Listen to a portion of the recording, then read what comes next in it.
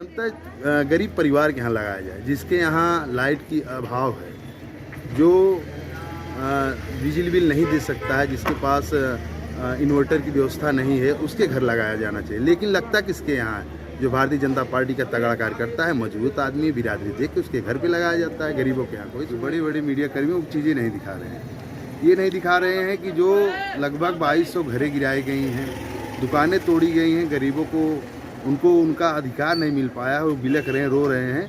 इन पे भी चाहे वो प्रधानमंत्री जी हो, चाहे मुख्यमंत्री जी, प्रकाश डालना कहा था आएंगे, महंगाई कम करेंगे। महंगाई आप देख लीजिए, चाहे जो भी हो, खाद्य सामग्री से लेके बच्चों के पढ़ाई लिखाई से लेके फीस से लेके महंगाई होगा, बेरोजगारी, रोजगार नहीं मिल रहा है। आप देख लीजिए, कहीं भी रोजगार। बाबा जी आप देखिए, अपनी जौनपुर में 5 लोगों की हत्या हो गई है, अभी सोरहा में हत्या हो गई है।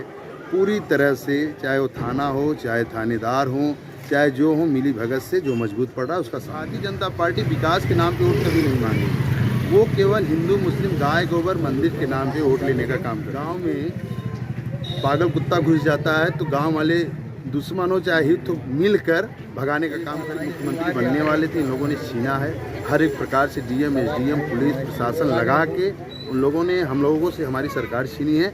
लेकिन इस बार जनता समझ गई है, पीडीए की सरकार होगी। सभी दल, सभी अगड़े पिछड़ों को लेकर हम लोग लड़ाई लड़ने का काम करेंगे। लग रहा है केवल जाति देख के लगाया जा रहा है। और दूसरी बात, मैं तो हम अपने ही गाँव में देखे हैं जो लगे हैं, कोई जल रहा है, कोई नहीं जल रहा है, कोई देखने ताकने के लिए। बहुत बहुत धन्यवाद।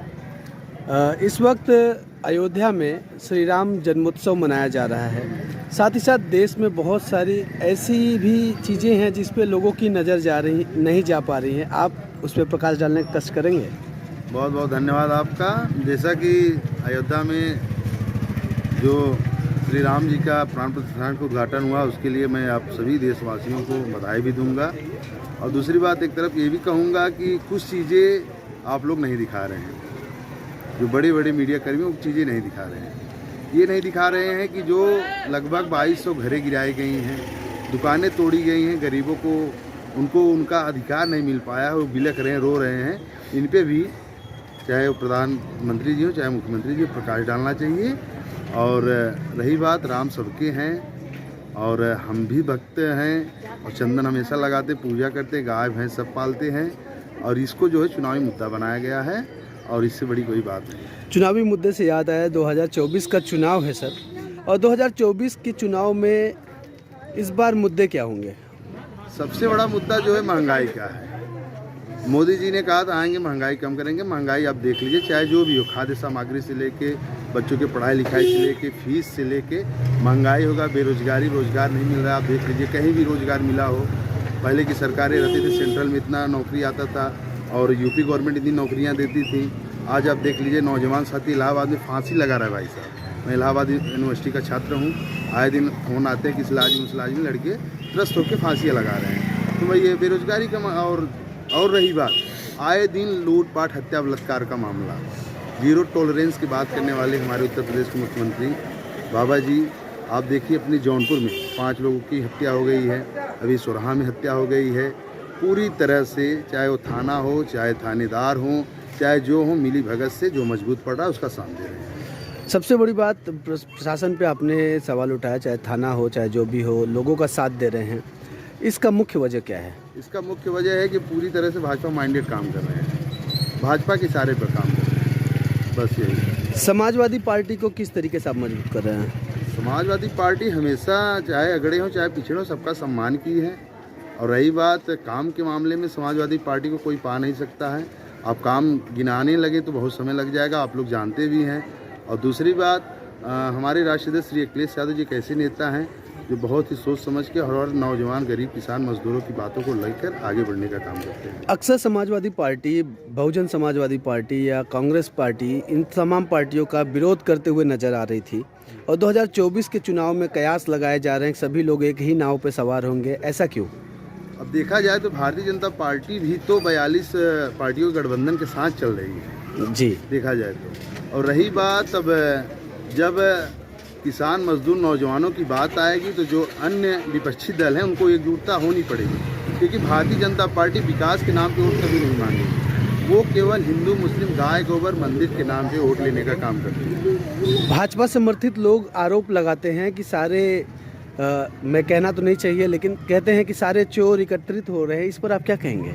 आपको पता होगा जब कभी गांव में पागल कुत्ता घुस जाता है तो गांव वाले दुश्मन हो चाहे हित हो मिलकर भगाने का काम करते हैं। तो बस मेरा सारांश आप समझ गए होंगे कि हमारे देश में देश को बांटने वाले घुस गए हैं। तो हमारे देश के जो भी हैं विपक्षी की पार्टियाँ एकजुट होकर उनको भगाने का काम करें। ऐसे में समाजवादी पार्टी जो 2024 का महासमर आ रहा है और कहा जाता है कि उत्तर प्रदेश जिसने जीता वो जग जीत लिया, तो उत्तर प्रदेश में समाजवादी पार्टी की क्या स्थिति है? अब मैं आपको पहले प्रकाश डाल दूँ 2022 का चुनाव। 2022 का चुनाव हम लोग जीते हुए थे। जिस प्रकार से इन लोगों ने सरकारी तंत्रों को अपने कब्जे में करके काम कर रहे हैं, अगर ये सरकारी पिछले विपक्षी किए होते तो आज भारतीय जनता पार्टी की सरकार में नहीं आती। तो रही बात, इन्होंने 2024 का चुनाव अखिलेश जी के मुख्यमंत्री बनने वाले थे, इन लोगों ने छीना है। हर एक प्रकार से डीएम, एसडीएम, पुलिस प्रशासन लगा के उन लोगों ने हम लोगों से हमारी सरकार छीनी है। लेकिन इस बार जनता समझ गई है, पीडीए की सरकार होगी। सभी दल, सभी अगड़े पिछड़ों को लेकर हम लोग लड़ाई लड़ने का काम करेंगे और 24 में ही बदलाव होगा। जैसा कि अभी आपने कहा कि 2022 के चुनाव में आप जीते हुए थे, आपको प्रशासन ने और तंत्र ने आपको हरा दिया, तो 24 में भी तो तंत्र उन्हीं का है। तंत्र है, लेकिन इस बार हम लोग बड़ी मजबूती से और एक एक बूथ एक एक समीक्षा करके, और पिछली बार गलती हो गई थी, हम लोग अपने पेटियां का रखवाली नहीं कर पाए। और रही बात दूसरी, ईवीएम पे भी इस बार जोरदार।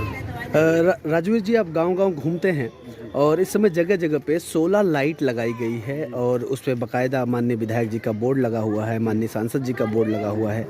इन जो सोलर लाइट लगे हुए हैं, इनके बारे में आप क्या कहेंगे? देखिए, जहाँ लग रहा है केवल जाति देख के लगाया जा रहा है। और दूसरी बात, मैं तो हम अपने ही गाँव में देखे हैं जो लगे हैं, कोई जल रहा है, कोई नहीं जल रहा है, कोई देखने ताकने वाला नहीं है। मतलब कोई देखने वाला नहीं है? कोई नहीं जल रहा है, नहीं जल रहा है, जल भी नहीं रहे। हम तो रात बिरात आते जाते हैं, जलते कोई नहीं है। और बोर्ड लगे, प्रचार प्रसार हो। नियमतः सोलर लाइट कहाँ लगाए जाने चाहिए और कहाँ लगे हुए हैं? नियमतः गरीब परिवार के यहाँ लगाया जाए, जिसके यहाँ लाइट की अभाव है, जो बिजली बिल नहीं दे सकता है, जिसके पास इन्वर्टर की व्यवस्था नहीं है, उसके घर लगाया जाना चाहिए। लेकिन लगता किसके यहाँ है? जो भारतीय जनता पार्टी का तगड़ा कार्यकर्ता है, मजबूत आदमी, बिरादरी देख के उसके घर पे लगाया जाता है। गरीबों के यहाँ कोई सुनवाई नहीं है। तो ऐसे में जब समाजवादी पार्टी सत्ता में आती है तो क्या होगा? इन सोलर लाइटों का फिर से पुनर्स्थापना होगा? इससे तगड़े बनेंगे, इससे अच्छे बनेंगे और अच्छे बेहतर ढंग से हम लोग काम करेंगे। 2012 से 17 में जो कार्य किया गया है उसका 10 गुना कार्य होगा, ये आप जान लीजिएगा। अखिलेश यादव जी हमेशा विकास की बात करते हैं, नौजवान किसान और बेरोजगारों की बात करने वाले हैं। चलते चलते एक प्रश्न आपसे पूछना चाहेंगे। बीते दिनों आपने एक यात्रा निकाली थी और काफ़ी आपने प्रदेश भ्रमण किया था, उस बारे में बताएं। देखिए, हम लोग समाजवादी साइकिल यात्रा, समाजवादी देश बचाओ देश बनाओ समाजवादी साइकिल यात्रा, पीडीए साइकिल यात्रा निकाले, जिसमें हमारे राष्ट्रीय अध्यक्ष श्री अखिलेश यादव जी भी साइकिल चलाए थे। और हम लोग लगभग 202 दिन लगातार साइकिल चलाएं, पैदल भी चले और 208 विधानसभा 40 जिला कंप्लीट किए थे। तो जो हम लोग पहले किए थे, तो उस प्रकार से जनता